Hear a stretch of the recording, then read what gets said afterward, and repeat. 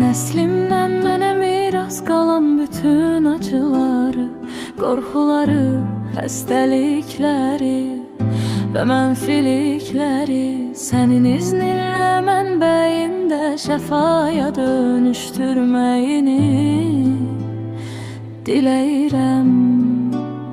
Köklərimdən gələn və mənə yük olan nə varsa məndən sonraki nəsillərə ötürülmədən öncə burada son tapsın, rəhmətinlə təmizlənsin, şəfanla dəyişsin.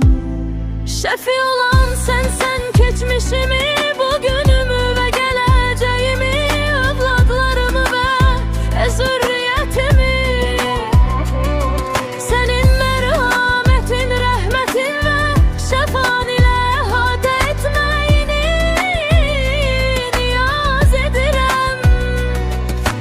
Qəlbimdə daşıdığım görünən, görünməz bütün yaraları sağalt mənə hüzur.